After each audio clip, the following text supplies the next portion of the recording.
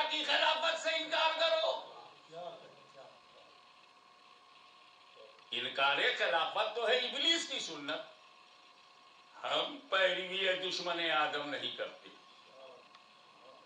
وہ دور آدم علیہ السلام نے دیکھا یہ خلیفہ کی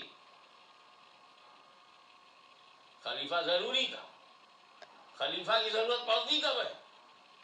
جب اصل تک نہ پہنچو تو خلیفہ کی ضرورت پڑ جاتی ہے.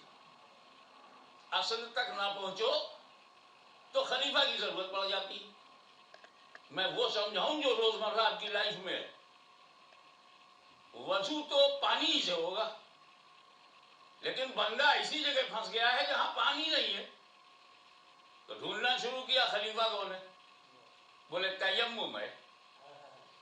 اگر تو پانی سے دور ہے تو مٹی سے تو دور ہو ہی نہیں سکتا کیونکہ اللہ نے زمین کو دو ہی چیز سے بنایا یا تو پانی ہی پانی ہے یا مٹی ہی مٹی ہے. اگر تو مٹی میں اتنا اندر چلا گیا کہ پانی سے دور ہو گیا تو مٹی سے کر لے. اور تیمم سے ہر وہ کام ہوگا جو وضو سے ہوتا ہے. اگر وضو سے تم فجر پڑھتے ہو ظہر پڑھتے ہو عصر پڑھتے ہو مغرب پڑھتے ہو عشاء پڑھتے ہو تو تیمم سے بھی پڑھا جا سکتا. وضو سے کر کے تم قرآن چھو سکتے ہو تو تیمم کر کے بھی تم قرآن چھو سکتے ہو. وضو کر کے تم طواف کعبہ کر سکتے ہو تو تیمم کر کے بھی کر سکتے ہو کیونکہ جو اصل سے کیا جا سکتا ہے اصل تک نہ پہنچنے کی صورت میں خلیفہ سے وہ کام لیا جاتا ہے کیونکہ اللہ لامحدود ہے انلمیٹڈ ہے. اللہ انسین ہے. تم خدا کو چھو نہیں سکتے خدا کو دیکھ نہیں سکتے خدا کو سن نہیں سکتے خدا کو پکڑ نہیں سکتے خدا کو سمجھ نہیں سکتے. تو جب تمہاری پہنچ میں ہے ہی نہیں تو پھر ضرورت ہے کہ ایک ایسا خلیفہ ہو کہ ہم جائیں اس خلیفہ کے پاس پہنچے مقصد کی طرف مل جائے نبی اللہ اور مل جائے اسی کے ذریعے اللہ.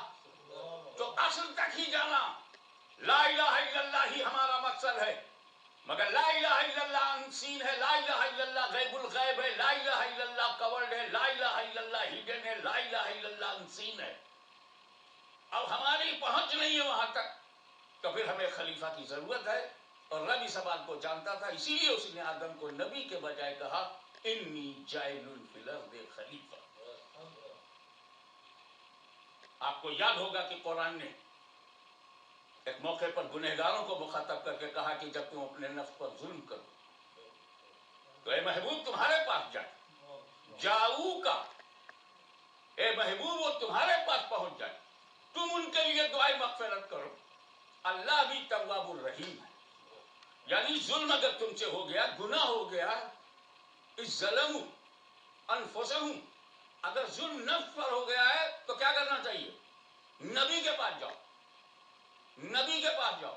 نبی مغفرت کی دعا کر دیں اللہ بھی معاف کرنے والا. میں نے سوچا یہ معافی مانگنے کی جگہ نبی کی ذات کی بندہ گناہ کر چکا تو اس کو کیوں یہاں بلایا گیا؟ پھر نبی کے پاس جاؤ. مدینہ نہیں کہا مکہ نہیں کہا کعبہ نہیں کہا مقام ابراہیم نہیں کہا. یہ نہیں کہا کہ عرفات میں آ جاؤ اور توبہ کرو. یہ نہیں کہا کہ جبل رحمت پہ آ جاؤ صفا و مروہ کی نورانی پہاڑیوں پہ آ جاؤ یا مقام ابراہیم کی عزت مآب مقام پہ آ جاؤ. نہیں کہا کہ مطاف میں آ جاؤ یا میزاب رحمت کے نیچے بیٹھ کے توبہ کرو اللہ قبول کرنے والا. کہا کہ نبی کے پاس جاؤ. کعبہ نہیں کہا مینا نہیں کہا مزدلفہ نہیں کہا عرفات نہیں کہا نبی کہا. جانتے کیوں؟ کیونکہ اگر اللہ نے یہ کہا ہوتا کہ ایک نفس پہ ظلم کرنے والوں کعبے میں آ جاؤ معافی مانگو اللہ معاف کرے گا. کتنے لوگ کعبہ جا کے معافی مانگتے؟ انڈونیشیا کا غریب مسلمان کیسے جاتا ملیشیا کا مسلمان کیسے جاتا بنگلہ دیش کا غریب مسلمان کیسے جاتا پاکستان کے سندھ اور پنجاب کے اور دیہی علاقوں کے آزاد کشمیر کے رہنے والے غریب کیسے پہنچتے؟ کیونکہ جب کعبہ جائیں معافی مانگے تب پاک ہوں گے. اس لیے رب نے کعبہ نہیں کہا نبی کہا. کعبہ کہہ دیتا تو کعبہ ہی میں جانے سے توبہ ہوتی کیونکہ کعبہ کا کوئی جانشین نہیں کعبے کا کوئی نائب نہیں کعبے کا کوئی خلیفہ نہیں مینا کا کوئی خلیفہ نہیں صفا کا کوئی خلیفہ نہیں مروہ کا کوئی خلیفہ نہیں. اصل تک نہ جاؤ تو خلیفہ تک پہنچنا اصل تک پہنچنا ہے. اسی لیے کعبہ کے بجائے مصطفیٰ جان رحمت کی طرف سکتے تو کیا ہوا؟ کوئی بات نہیں، ملتان میں رہتے ہو تو شیخ زکریا ملتانی کے پاس چلے جاؤ، وہاں معافی مانگ لو، وہ تمہارے لیے دعا کر دیں گے، تو اللہ تواب الرحیم ہے۔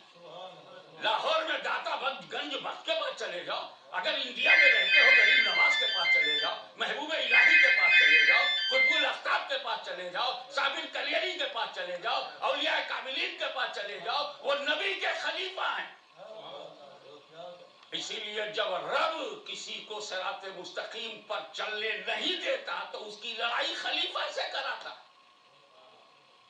اب بولیے، آدم علیہ السلام رب کے خلیفہ اول ہیں، اور جو ٹکرایا اس کا نام ابلیس ہے، اس کا نام شیطان ہے، اس کا نام لعین ہے، اس کے لیے رجیم ہے۔ یہ سب قرآن کے الفاظ ہیں۔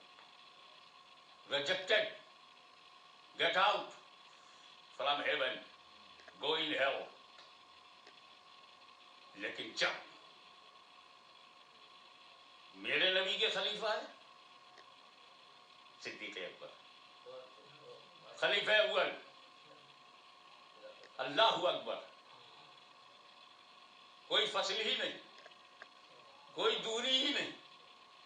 نبی اور صدیق میں دوری شریعت میں کیا دیکھا پاؤ گے، بندگی میں کیا دیکھا پاؤ گے، زندگی میں الگ نہیں۔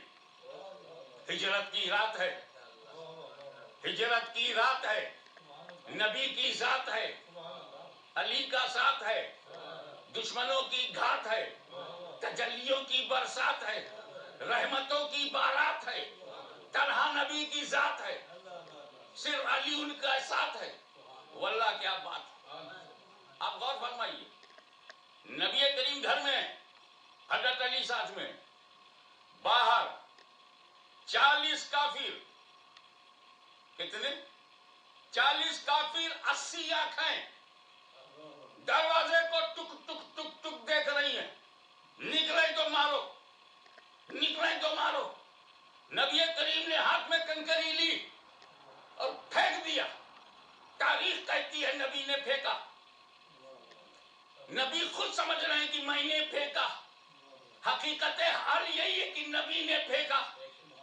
ہاتھ بشر کا، ذات بشر کی، کنکری چننے والا آدمی میرے نبی نے پھینکا، مگر رب کہتا نہ، ما رمیت اذ رمیت ولکن اللہ رما۔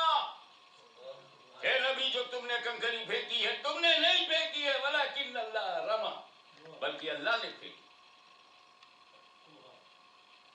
میرا نبی پورے مجمع کے سامنے سے نکل گیا، بو جہلیوں، بو لہبیوں، ادبا شعبہ کمپنی کے لوگ 40 عدد تلوار لیے کھڑے ہیں۔ نبی گزر گئے، کسی کو دکھائی نہیں دیے، کسی کو نبی دکھائی نہیں پڑے، چلے گئے۔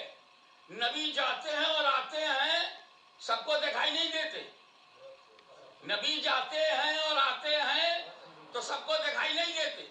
ابھی اس کو کیسے دکھائی پڑیں گے جس کو کنکری لگی ہو؟ ہمارے ہاں تو اولیاء کاملین نے اپنی محفلوں میں سرکار کی زیارت کی ہے، مجلس میلاد میں کی ہے، محفل میں کی ہے، محفل نعت میں کی ہے، آنکھ والے تھے دیکھ لیا۔ اب یہ نبی ان کو کیسے دکھائی پڑے جنہیں کنکری لگی ہو؟ میرا نبی